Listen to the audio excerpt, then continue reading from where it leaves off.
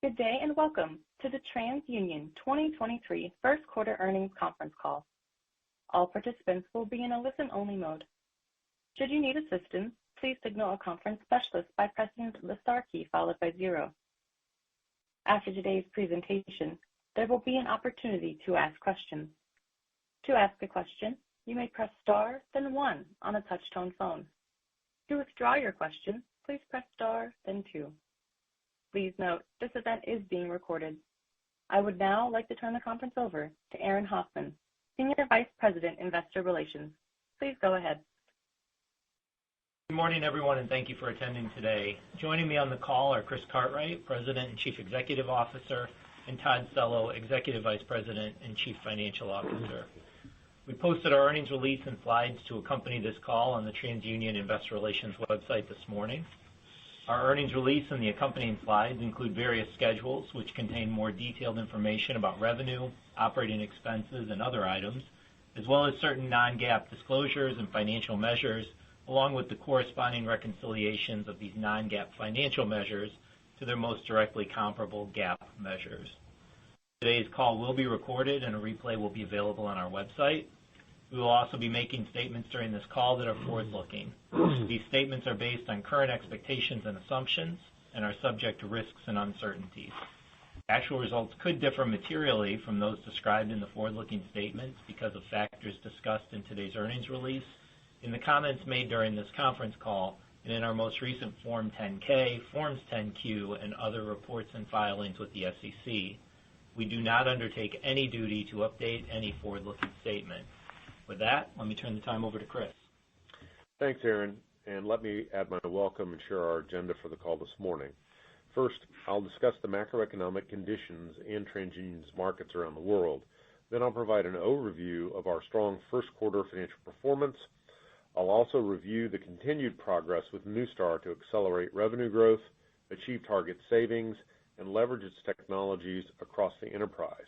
Finally, Todd will detail our first quarter results along with our second quarter and full year guidance. Inflation in our developed markets around the world remains elevated, although with signs of subsiding as central banks have raised interest rates to slow consumer demand and return to long-term inflation targets. Higher prices and higher rates have pressured consumer finances, and economic growth has slowed as a result.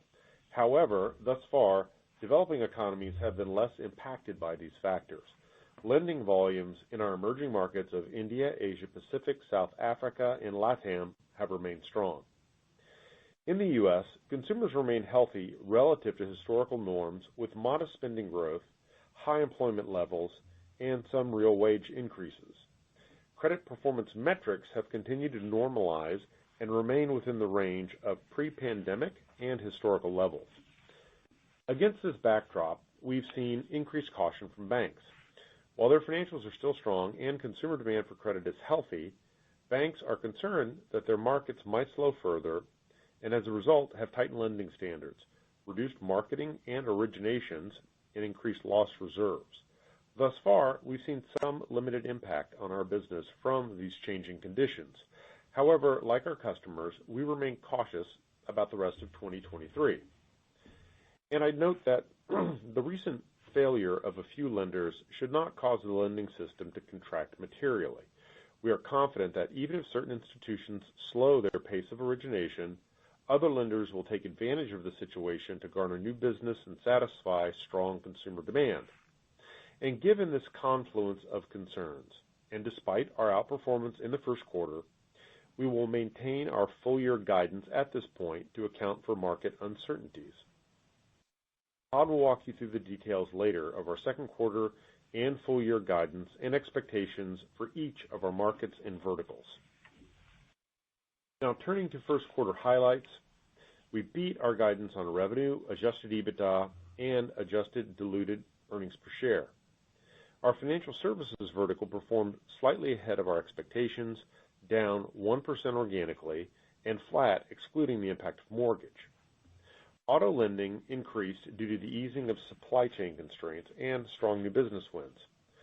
Card was flat despite comparing to continued very strong originations for over a year. Although consumer lending declined, it also faced challenging comparisons over exceptional growth last year, and mortgage was down mid-single digits, but better than expected. U.S. emerging verticals delivered moderate growth, in line with our expectations, given the comparison to strong year-ago performance. Importantly, we've seen early signs that the temporary issues we faced in tenant and employment screening and insurance are abating, setting us up for a good full year. Our international segment again grew constant currency revenue by double digits for the 8th consecutive quarter, led by 32% growth in India and double-digit growth in Asia Pacific, Africa, and Latin America. We continue to outperform our underlying markets as a result of strong lending growth, market share gains, and our successful innovation. As I'll detail in a moment, we had another good quarter integrating Neustar and continue to see strong customer adoption of our platforms and solutions. Finally, we continue to point our free cash flow toward reducing our debt levels, and in the first quarter, we prepaid $75 million of debt with intent to make additional prepayments in the second quarter and the second half of the year. Now, Neustar delivered 3% revenue growth, largely in line with our expectations as we compared against last year's strongest growth quarter. For the full year, we continue to expect high single-digit revenue growth at a 32% margin, fueled by the revenue growth and achieving our aggressive integration cost savings. We have line of sight to the revenue growth based on our strong bookings and the momentum achieved by joint sales teams aligned by our market verticals. We also enjoy a favorable portfolio effect from the broad range of Neustar solutions. Our customers are challenged by compliance with privacy and regulatory requirements, and also increasing focus on cost management and vendor consolidation, all of which play to our strength as a scaled platform provider of identity-based solutions. Our solutions are highly relevant regardless of the macro backdrop, as we help customers unlock value in their first-party data, reach consumers in a cost-effective manner, measure the return on their marketing investment, mitigate fraud, and improve communication effectiveness. We see this relevance playing out with meaningful new business wins across our verticals, including a top 10 traditional lender, a large fintech player, a major auto manufacturer, and a large used vehicle retailer. Now, this next slide illustrates the key Neustar integration and innovation initiatives. We've made significant progress on each, with meaningful paths to deliver more value as we complete each initiative. As we execute our plan, we've identified substantial incremental opportunities for cost reduction and commercial success. On previous calls, we've shared important progress on many of these initiatives. Infrastructure savings have been driven by data center consolidation, and the migration of Neustar's cloud computing to the Google Cloud, which supports improved performance at a lower cost. This enables a stronger cybersecurity stance, the opportunity to eliminate redundant tools, and cost savings. We've also made meaningful progress and are already seeing valuable lift and cost savings from combining TransUnion and Neustar data. Underlying the integration of Neustar is the combination of its data assets with TU's. Bringing our data together on a common tech platform has given us 15% greater coverage of all adults in the U.S., a 10% increase in email coverage, and a 15% improvement in telephone number coverage. At the same time, by bringing more data sets in-house, we're realizing cost reductions and superior performance. Work is underway to bring together additional data sets like offline household data, real-time digital interactions, and phone signals, which should yield incremental uplift in performance when we complete this year. Importantly, all of our U.S. verticals and all product types benefit from these improvements. Greater value in our data assets is achieved by connecting them into a more complete and powerful identity graph. Where each company previously had its own identity graph per product, we now have one that performs considerably better. With this work well underway, we're beginning to deploy this single identity graph across all products. I'll offer you some compelling examples in a minute. At the same time, bringing all of our data together is just the start. Underpinning all of this progress is a single enterprise data and analytics platform, OneID. We benefit from improved data ingestion speeds and the ability to quickly link and match the data. We can also deliver superior analytics rapidly to our customers. This is all done in a highly privacy-compliant manner to support both regulatory and customer-specific requirements. From there, we've made progress in expanding and improving our customer data analytics enablement. We're migrating the Prama platform onto OneID, where it will combine with Neustar's clean room functionality to create the next generation of advanced analytic capabilities. All of this work has allowed us to consolidate products into integrated platforms like the TruAudience Marketplace, enhanced call center capabilities, and the combination of all of our best-in-class fraud solutions. So let me spend some time on the significant progress we've made in aligning relevant TU and Neustar platforms. In the first quarter, we announced a key milestone in the integration of Neustar with the launch of TruAudience Marketplace. We married the expansive consumer data and identity resolution, audience building, and targeting capabilities of TU and Neustar into a comprehensive and interoperable site of privacy-enhanced marketing solutions. Additionally, the product suite now offers closed-loop marketing measurement and attribution and credit-informed marketing solutions, which weren't previously available. TruAudience enables clients to improve marketing effectiveness by increasing audience reach, improving the quality of consumer insights, and leveraging more accurate and up-to-date identity data across all marketing and measurement activities. Clients have reported seeing a 40% reduction in duplicate CRM records and a 30% increase in conversions from higher performing audiences. TruAudience now leverages the proprietary data ecosystems of TU and Neustar, spanning 200 authoritative data sources, including data from over 16 billion monthly phone signals, offline consumer data covering over 125 million U.S. households, and data spanning 10 billion real-time digital interactions daily. Additionally, TruAudience combines TransUnion's direct media and technology partnerships across the television and streaming media world with Neustar's integrations across the walled garden and digital media ecosystem to ensure clients can reach and measure consumers across the channels that matter most.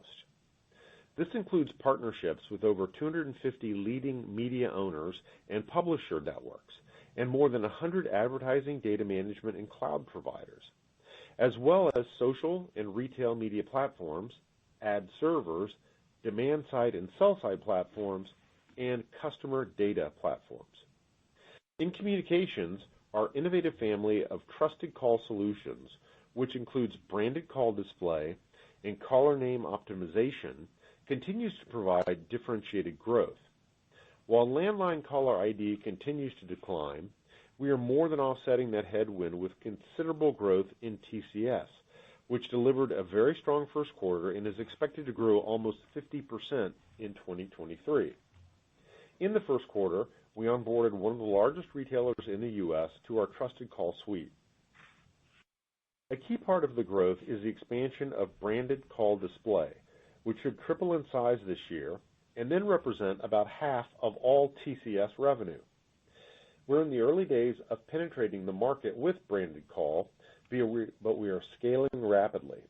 We quadrupled the number of customers using this solution over the past year.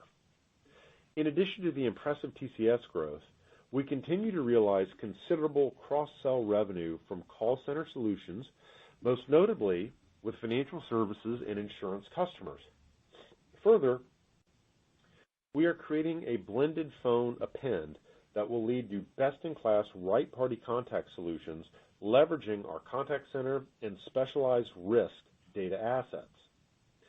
And in fraud, we continue to push toward the completion of a single integrated platform that marries all of our best-in-class solutions, including those acquired from Neustar.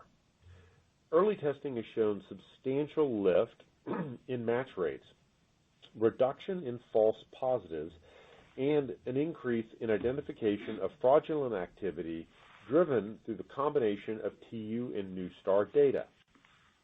We expect to have this fully formed offering in market by the end of this year.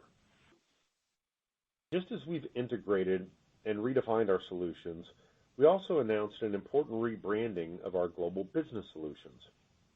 We organized thousands of existing B2B products and dozens of brands into 7 solution lines globally, defined by business need and unified by a promise to deliver a true picture of consumers, a robust, multi-layered, and actionable view of each person, stewarded with care. You'll find explanations of each of the new brands on this slide. TU's rebranding clarifies our product offerings and better demonstrates our expertise in our heritage and new markets, while also making it easier for customers to find what they need. After almost 20 acquisitions in the last decade, this rebranding is a logical step in the company's evolution. We can now offer more powerful consumer insights than ever before, allowing us to meet the needs of our customers in more ways and at a much deeper level. I want to conclude by noting that we recently published our annual sustainability and diversity reports, which can be found on our investor relations website.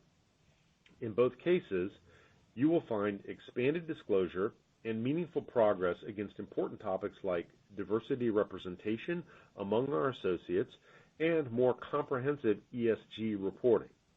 I encourage all of our investors to read these important documents.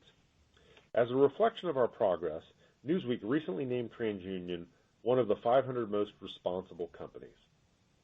That wraps up my comments on our market conditions, first quarter performance, progress in integrating Neustar, our global rebranding, and our ongoing commitment to diversity and ESG. Now, Todd will provide you with further details on our first quarter financial results, second quarter outlook, and the full year 2023 outlook. Over to you, Todd. Thanks, Chris, and let me add my welcome to everyone. I'll start off with our consolidated financial results.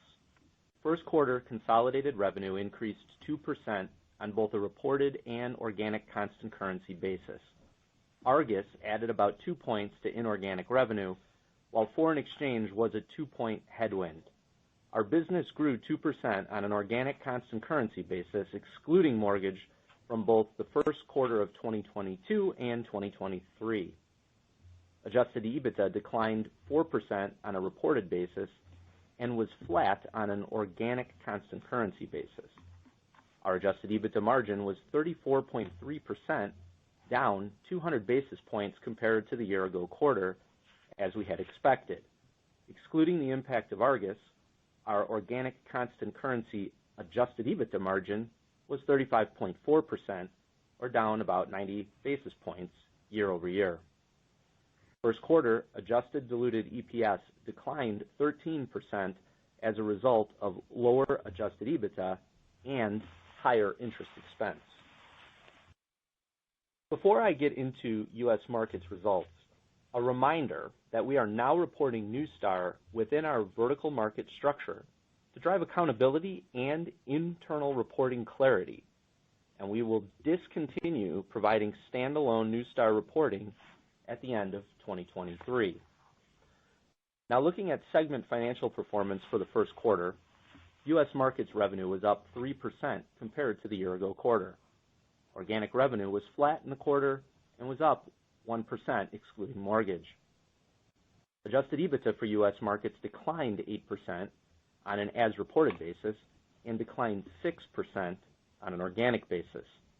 Our adjusted EBITDA margin was 32.2%, or 33.9% on an organic basis. Financial services revenue grew 5% as reported and was down 1% organically, excluding Argus. Excluding mortgage, organic revenue growth was flat despite comparing to a 21% growth rate in the first quarter of 2022, implying a 10% two-year growth CAGR. Looking at the individual end markets, consumer lending revenue declined low double digits against a mid-30s growth rate in the year-ago quarter. As expected, lenders are pulling back and investors continue to be selective, but activity remains solid relative to historical levels, particularly in the BNPL space, where we continue to see strong activity and new entrants. We are in an advantaged position to focus on strategically extending and expanding existing relationships. The breadth of offerings that we can provide allows us to further penetrate existing accounts with solutions like fraud mitigation, marketing, call center management, and advanced analytic capabilities. Many of these capabilities are the result of recent acquisitions, especially Neustar. Our credit card business was flat against mid-20s growth in the prior year quarter. Issuers continue to market with a focus on gaining top of wallet share with consumers, helping to drive origination activity. We are also benefiting from our relationships with larger firms that are aggressively utilizing digital marketing. Our auto business delivered 8% growth in the quarter on the strength of continued share gains, strong pre-qualification volumes, the impact of cross-selling Neustar marketing and call center solutions, in addition to improving market conditions. For mortgage, revenue was down only 6% in the quarter, despite origination volumes falling about 47%. The volume declines were offset by pricing, strong HELOC, and marketing activity. At this point, refinancing activity is almost non-existent, while the purchase market has maintained decent origination levels and been helped by recent, though modest, declines in mortgage rates. On a trailing 12-month basis, mortgage represented about 6% of total TransUnion revenue. For 2023, we now expect the inquiry market to be down roughly 20% and our revenue to increase in the mid-20s. In addition to slightly improved volume expectations, we are seeing a higher share of volume from smaller end-user customers, which are facing higher third-party pricing markups this year. Let me now turn to our emerging verticals, which grew 1% in the quarter despite a tough year-ago comparison. Insurance delivered another good quarter. Importantly, we are seeing carriers receive approval for rate increases and beginning to pass those increased prices to consumers, which is driving a recovery in shopping activity. At this point, insurers have largely limited their marketing activity to brand-oriented campaigns and have yet to substantially reactivate personalized marketing to drive new applications. We remain confident that this recovery will come to fruition over the course of the year and improve the already attractive growth for our insurance vertical. Tenant and employment screening growth again improved as a result of early signs of a recovery in the tenant market, with month-over-month declines in rental rates, increases in move rates, and an increasing supply of rental units as new construction comes online. This growth was somewhat offset by a softer employment screening market as employers take a more cautious approach to hiring. Our media vertical declined in the quarter as a result of some market softness. Despite that, based on the new business wins we've achieved, we continue to expect the vertical to deliver growth for the full year. Consumer Interactive revenue declined 5%. Adjusted EBITDA margins were 49.2%, up 310 basis points as a result of reduced advertising spending. Our direct business continues to decline as we recalibrate our marketing approach to focus on higher value consumers. Thus far, we're seeing good returns on the revamped tactics with better than expected customer acquisition stats at attractive costs to acquire. In our indirect business, we grew in the first quarter on the strength of new business wins and a modest improvement with some of our partners that offer paid monitoring. Importantly, we continue to make progress fully integrating Sontiq into our global operating model, which we believe will facilitate increased cross-sell opportunities with existing customers and continue to provide us differentiated features in the market. For my comments about international, all growth comparisons will be in constant currency. For the total segment, revenue grew 12%, with 4 of our 6 reported markets growing by double digits. Adjusted EBITDA margin was 43.6%, up 80 basis points as a result of our strong revenue growth. Now let's dig into the specifics for each region. In the UK, revenue declined 8%. Excluding the revenue related to one-time contracts, including with the UK government, we would have grown about 2% in the quarter, despite a challenging macro environment. We continue to see strong demand for consumer loans and large banks staying active to satisfy this demand. At the same time, we have seen good performance for our affordability and trended credit solutions to help lenders assess portfolio risk. Our Canadian business grew 9% in the first quarter, driven by material business wins with a large bank, a major fintech lender, and deepening credit use case in adjacent markets, which contributed to offset a generally softer demand for consumer credit. In India, we grew 32%, reflecting strong market trends and generally healthy consumers. The diversity of our portfolio remains a real strength in India. We saw meaningful growth in both consumer and commercial credit markets, as well as from fraud, employment screening, and direct-to-consumer offerings. In Latin America, revenue was up 11%, with broad-based growth across our markets, including another quarter of double-digit growth for our largest market, Colombia. While macro conditions have softened in the region, our teams continue to win new business in financial services, particularly with fintechs and neobanks, insurance, government, and telcos. We also continue to see strong adoption of credit vision and our fraud solutions. In Asia Pacific, we grew 25% from continued good performance in Hong Kong, driven by new business with fintech players and exceptional growth in the Philippines, which is now running well ahead of pre-COVID levels as the economy has now fully reemerged from COVID and resumed its strong growth trajectory. Finally, Africa increased 14% based on broadly strong performance across the portfolio and the region, despite a challenging environment in several of our largest markets. In South Africa, core business growth was augmented by continued strength in fast-growing verticals like telco and gaming. Outside of South Africa, we continue to see very strong revenue growth in markets like Kenya and Zambia, particularly with micro and fintech lenders. We ended the quarter with roughly $5.6 billion of debt after prepaying $75 million in the quarter. That left us with $439 million of cash on the balance sheet. We finished the quarter with a leverage ratio of 3.8 times. At this point, we intend to prepay additional debt in the second quarter and the full year. Looking back, since we announced the acquisition of Neustar in September of 2021, we've prepaid about $1.3 billion of debt. And to reiterate our previous comment, at this time, we have no intention to pursue any large-scale acquisitions, and even smaller bolt-on acquisitions are not currently in our plans. We are focused on integrating and maximizing the growth potential of Neustar, Sontiq, and Argus.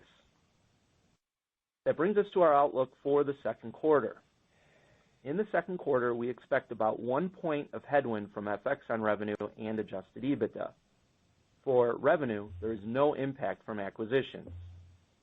We expect revenue to come in between $948 and $958 million, or flat to up 1% on an as-reported basis, and up 1 to 2% on an organic constant currency basis. Our revenue guidance includes an approximate 1 point tailwind from mortgage, meaning that we expect the remainder of our business will be flat to up 1% on an organic constant currency basis. We expect adjusted EBITDA to be between $330 and $335 million, a decrease of 4 to 6%. We expect adjusted EBITDA margin to be down 200 to 220 basis points as a result of the impact of revenue mix. We also expect our adjusted diluted earnings per share to be between 81 cents and 83 cents, a range of down 15 to 18%, a result of lower adjusted EBITDA and higher interest expense. Turning to the full year, most of our guidance remains largely unchanged. We expect about 1 point of headwind from FX on revenue and adjusted EBITDA. For revenue, we anticipate less than 1% of benefit from the acquisition of Argus. We expect revenue to come in between $3.825 and $3.885 billion, or up 3 to 5% on an as-reported basis and an organic constant currency basis, and up 2 to 4% excluding the impact of mortgage. For our business segments, on an organic basis, we expect U.S. markets to grow mid-single digits, but low single digits without the impact of mortgage. We anticipate financial services to be up low single digits and down low single digits, excluding mortgage. While the overall guidance for financial services is unchanged, we have modestly reduced our expectations for consumer lending and card to reflect an uncertain lending environment. We expect emerging verticals to be up mid-single digits. You can see the benefits of our diversified portfolio playing out and allowing us to maintain our full-year revenue guidance. We now anticipate that international will grow low double digits in constant currency terms, up from high single digits and driven by ongoing strength in emerging markets. And we continue to expect consumer interactive to decline low single digits. Turning back to total company outlook, we expect adjusted EBITDA to be between $1.388 and $1.421 billion, up 3 to 5%. That would result in adjusted EBITDA margin being flat to up 30 basis points, with the significant benefits of the Neustar cost savings partially offset by the inclusion of Argus's relatively lower margin in the first quarter and some revenue mix considerations. We anticipate adjusted diluted EPS being flat to declining 4%, with higher interest expense offsetting adjusted EBITDA growth. And we continue to expect our adjusted tax rate to be approximately 23%. Depreciation and amortization is expected to be approximately $525 million, and we expect the portion excluding step-up amortization from our 2012 change in control and subsequent acquisitions to be about $225 million. We anticipate net interest expense will be about $275 million for the full year, down slightly from our previous guidance due to our debt prepayment and a modest reduction in the forward LIBOR curve. And we expect capital expenditures to come in at about 8% of revenue. I'll now turn the call back to Chris for some final comments. Thank you, Todd. To wrap up, we had a good first quarter, and we're holding our full-year guidance out of an abundance of caution given the level of uncertainty in the market. At the same time, we continue to make meaningful progress integrating Neustar and delivering business wins from the combination. Now, let me turn it over to Aaron. Thanks, Chris. And that, of course, concludes our prepared remarks today. For the Q&A, as always, we ask that you each ask only one question so that we can include more participants. Operator, we can begin the Q&A now. We will now begin the question and answer session.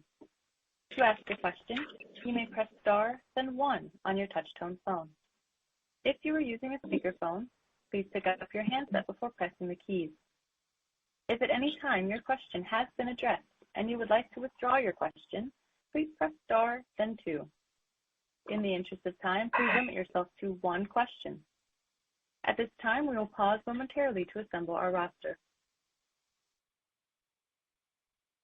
The first question today comes from Andrew Steinerman with J.P. Morgan. Please go ahead. Could you speak about the three sub-segments of Neustar in terms of Neustar revenue growth, both in the first quarter actual and in the 2023 goals of high single digits, and also if there's anything else to talk about with Neustar in the first quarter in terms of the revenue growth deceleration besides for the year-over-year comparison? Could you just give us a little more color on that? Sure. Good morning, Andrew. Yeah, I guess let me address the full year first, and I'll start by just reaffirming that we hit our plan for the first quarter for Neustar, 3% above a prior year comp in the quarter of about 9%, which was the high watermark for Neustar's growth in 2022.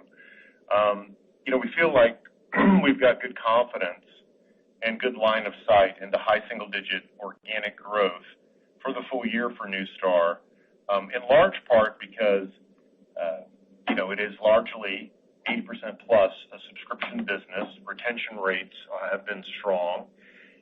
Plus, we're ramping up on a very good year of sales. And the good news is that, the bookings are continuing to be strong this year, so we're going to get some additional in-year kind of revenue momentum. And then, look, all three lines of business grew nicely in the first quarter. I expect them to grow well for the full year. Marketing continues to do well despite having a cyclical component, which is the audience generation piece of it. But marketing looks good. The communications data assets all around trusted call and branded call display, as you can see from our commentary, they're doing really well. And I expect that to continue for the foreseeable future. And, of course, fraud's doing well, as you would expect. So I'd say strength across the board. And Todd's going to elaborate a bit. Yeah, so Andrew, I'll just, more specifically on the numbers themselves, as Chris already said, Neustar met our expectations in the first quarter. What I would say is across communications, marketing, and risk, we saw all three product lines grow in the quarter. But when we flip back to the full year, as we've said in our prepared remarks, we are expecting high single-digit growth. And what we're seeing in communications, marketing, and risk solutions is that all three of those will grow high single, for the full year. That's our expectation.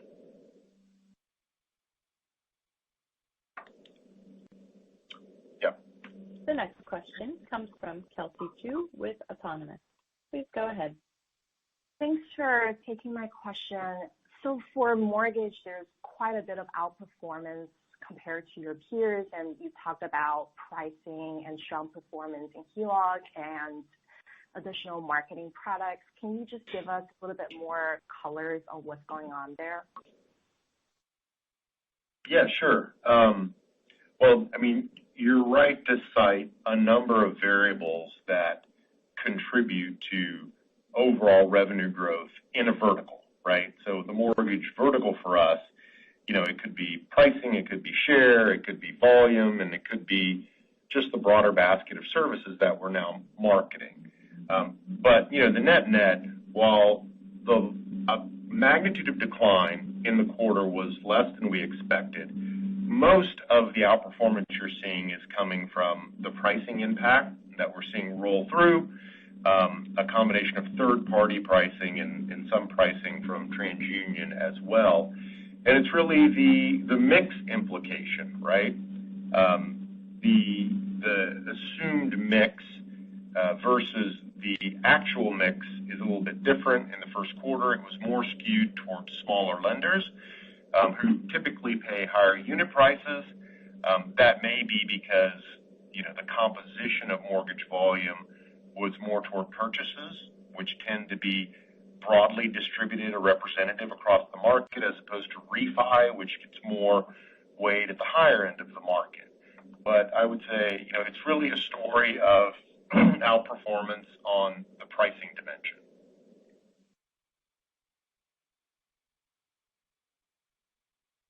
The next question comes from Jeff Mueller with Baird.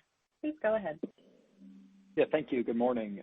So I can certainly respect the prudence of not flowing Q1 upside into a full year guidance raise in this macro.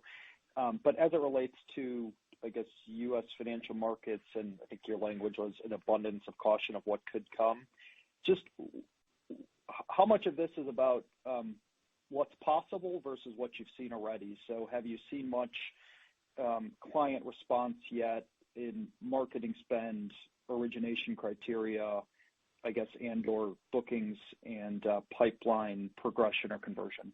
Thank you.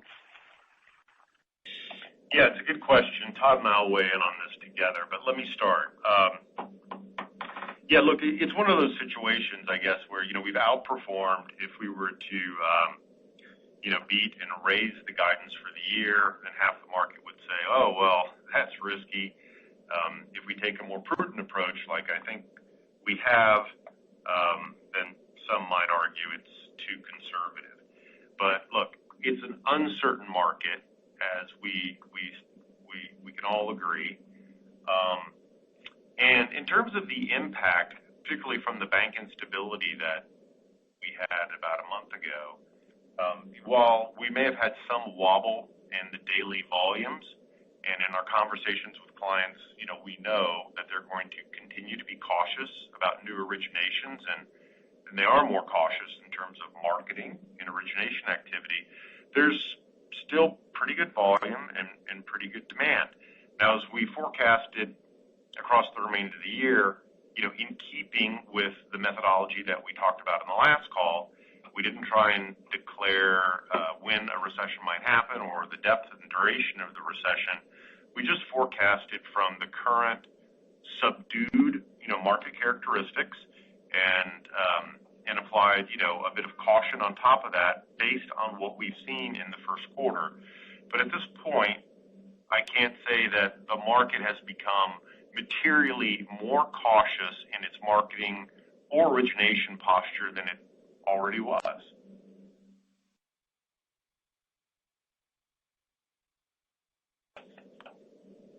The next question comes from Manav Patnaik with Barclays. Please go ahead. Thank you.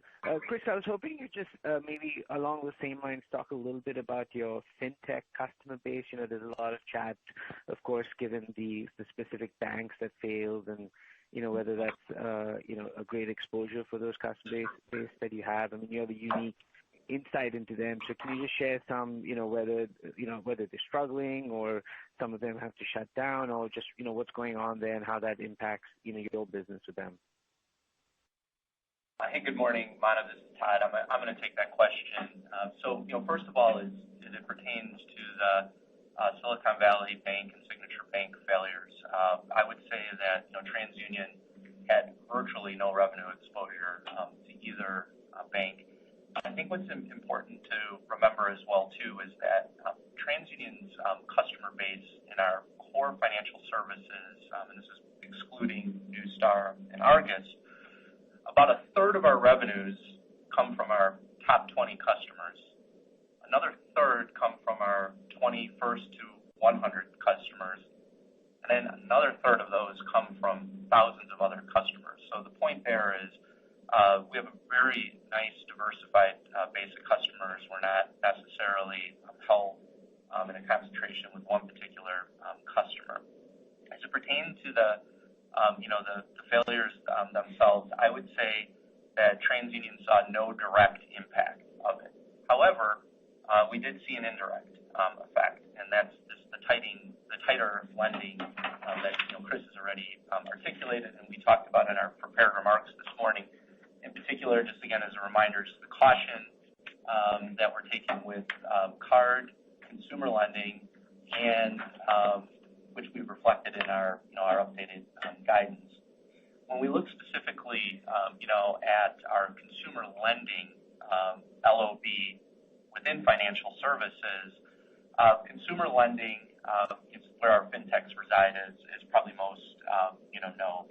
I think what's important to remember here is the growth trajectory of this consumer lending business has been particularly strong. In 2021, we saw really strong growth. In 22, that growth continued in the mid-teens. Right now we're calling for a high single-digit decline, with that customer base. So what does all that mean? What it means is, on a compounded annual growth rate basis, we're talking about a mid-teen, performance, for this customer base for the last 3 years, which is pretty exceptional. And I think what's important also to remember with the fintechs is that this isn't a linear business, but what they will do is they will outperform overall lending, the market, over time.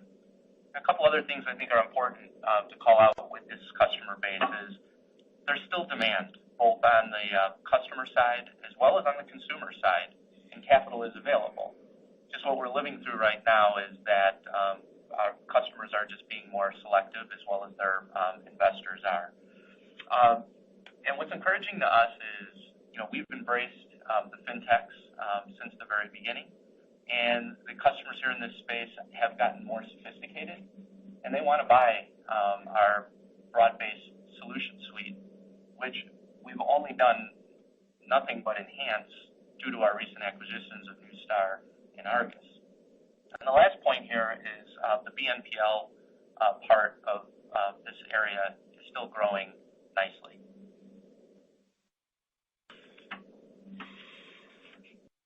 The next question comes from Faiza Alwy with Deutsche Bank.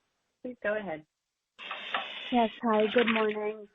Todd, I wanted to ask about, the margins in the back half of the year. Your 2Q guide is indicating that we're going to see, a huge margin expansion in the back half. And I think you've talked about, Neustar and other synergies coming through in the back half, but maybe give us a bit more color around what are some of the puts and takes to think about.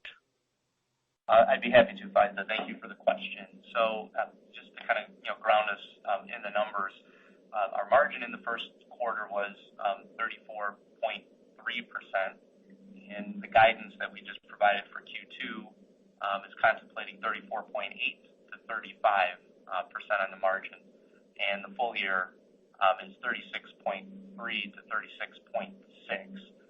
So if you take the kind of the high of that and figure out what the second half would be, we're roughly estimating that we need about a 38% adjusted EBITDA margin in the second half. So it's about 300 basis points higher than the high end of our 2Q guide. Okay, so how are we going to do that? Well, first is just our revenue, expectations. I think that goes, without saying. But the second part of that is the synergies pertaining to Neustar. And we spoke about that during our February call. We upped the number. We initially said that the overall synergies, when we announced the acquisition back in December 2021, was going to be $70 million.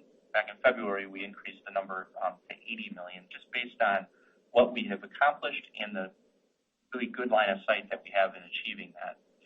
In addition to the revenue and the synergies, we're also being very proactive on the cost management side as we're navigating a very uncertain market. So first, we're focused only on making critical hires, in areas of strategic importance to us. We've tightened our travel and entertainment, and we've eliminated significant, one-time spend and specific consulting engagements.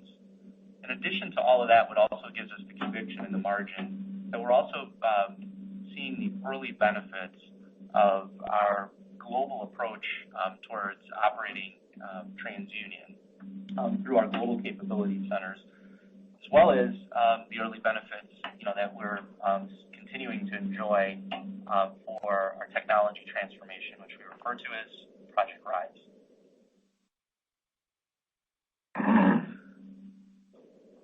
The next question comes from Toni Kaplan with Morgan Stanley. Please go ahead. Thanks so much.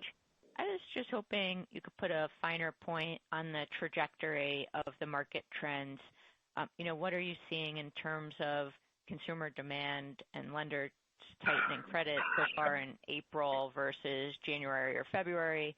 And also, just to get a directional sense, April versus second half of March.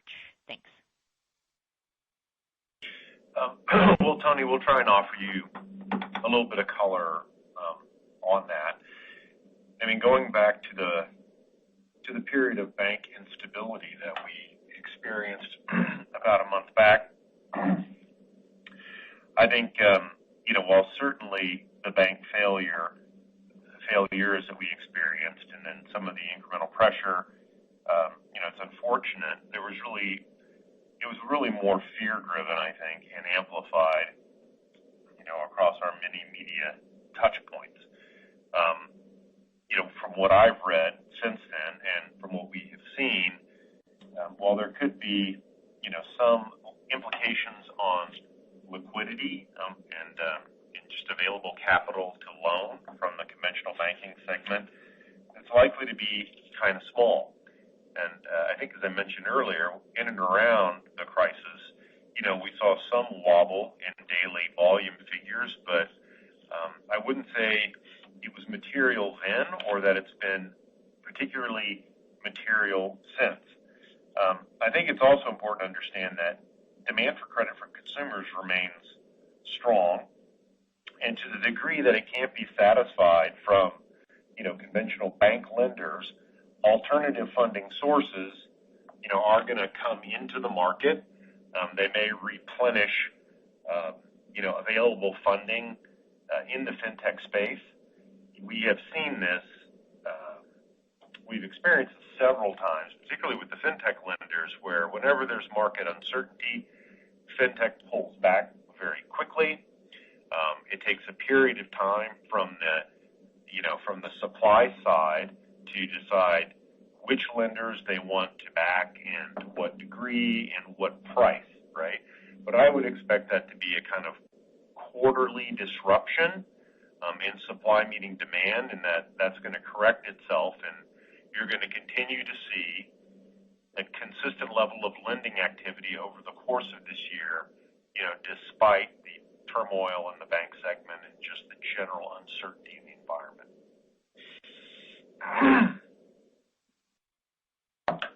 The next question comes from Ashish Sabadra with RBC Capital Markets. Please go ahead.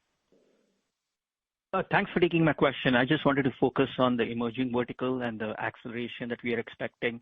I was wondering if you could provide some color on the cadence and in terms of driver, is it right for us to think about a lot of the growth is really coming from Neustar accelerating through the rest of the year, but also some other puts and takes around employment screening, tenant screening, and insurance will be helpful. Thanks. Yeah. Well, thanks for that question. So emerging did grow in the first quarter about 1.5 points. The starting point in the story for the year, though, is to point out that it was growing over an almost 10% organic comp in the same quarter prior year, and that was again the high water mark. The expectation is over the course of the year, comps are going to ease, as we've said, and that kind of underpins our forecast in its entirety. It's also true on the emerging segment, so easier comps and accelerating growth in a few areas where, for idiosyncratic reasons and some, market reasons, I think, growth fell below where we would typically expect it. That's certainly true in tenant screening. We talked a lot about the dynamics there of reduced move volumes because of high prices. That has eased quite a bit in the recent, quarter or so. And then there's also an expectation of 1 million additional housing units, rental housing units, to come on the market, and that should get us back more toward, normal volumes and normal revenues. We're also seeing a recovery in our insurance business. It's probably the largest single segment it is within the emerging verticals, and it was, subdued because insurers needed higher prices to compensate for increased repair and replacement costs. That's largely worked itself through the system. We're seeing volumes there improve as well. Retail and e-commerce are showing some nice strength. A lot of that has to do with the sales of trusted call solutions, branded call display. And in public sector, there were just some, public sector is kind of big deal driven and so can be lumpy. And of course, we had to comp a contract where there was diminished volume for, some, again, idiosyncratic reasons, but we expect public sector to come back as well. So, we've got pretty good confidence in the forecast of revenue acceleration over the remainder of the year. The next question comes from Heather Balsky with Bank of America. Please go ahead. Hi, good morning. Thank you for taking my question. I was hoping to touch on consumer interactive, and it sounds like you're pulling back on some of your products and just cleaning up the mix there. Can you talk about what's happening in that segment? Yeah. Well, I would say that consumer interactive, as we know, it's been challenged for about the past 18 to 24 months. The market dynamics are such where the productivity of our direct-to-consumer marketing efforts declined. We think some of that has to do with a structural shift toward freemium. Some of it may have to do with just the economic environment and consumers paying subscriptions. But that was and remains the drag in our overall direct-to-consumer business. Last year we were in the indirect side of the business, lapping some contract restructuring. That's fully in the rearview mirror now, and the indirect piece, which is materially larger, is kind of returned to the expected growth levels, which is great. Sontiq has given us new and exciting capabilities. It continues to grow kind of low double digits. We're feeling good about that. And in total, over the course of this year, you're going to see the rate of organic decline lessen. That's mainly going to be because Sontiq and indirect are going to perform well in line with expectations, and the indirect piece is going to become less and less negative as we get to kind of a equilibrium with our new level of marketing spend. The next question comes from Seth Weber with Wells Fargo. Please go ahead. Oh, hey, good morning. Just wondering if your guidance, your full year outlook kind of contemplates any changes in the student loan forgiveness landscape. There's some discussion that could really cause some pickup in delinquencies. Just how you're thinking about that? Thanks. Well, what I would say generally is, the former lenders who run our financial services business do a granular build-up of trajectory and pipeline from every type of lender, and they would have included any potential impact from the student lending space.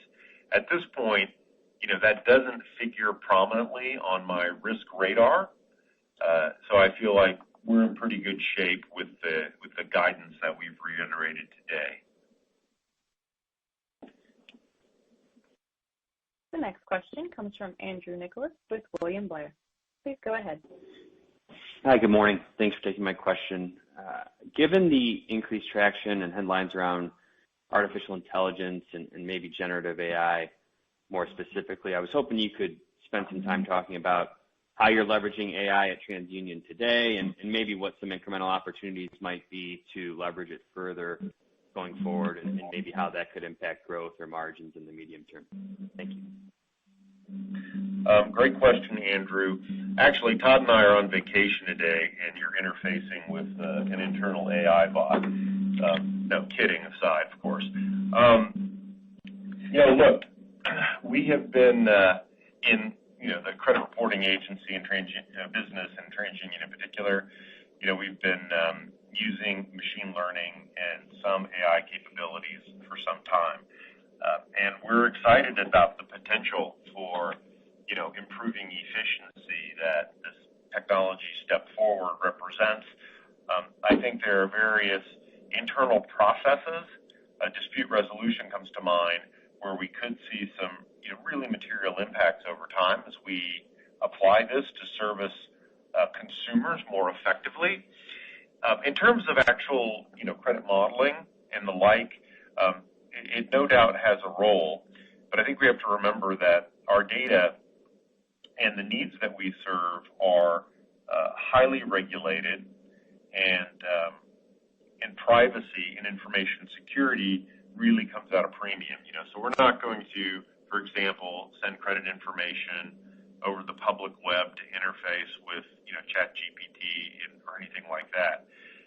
We will continue to invest in kind of AI and large language models that are tuned to credit needs, that meet privacy and security requirements, and that's something that's going to evolve over time. But we will be, investing in this area as is appropriate, and I think it's going to be an enhancement generally to our ability to provide services. Great, and we're going to wrap up the call here at the bottom of the hour. I know it's a very busy earnings day, as it often is this time of the quarter, so we want to be respectful of everybody's time on the call, and we'll draw it to a close there. Thanks, everyone, for your time today, and we look forward to speaking with you soon. All the best. The conference has now concluded. Thank you for attending today's presentation. You may now disconnect.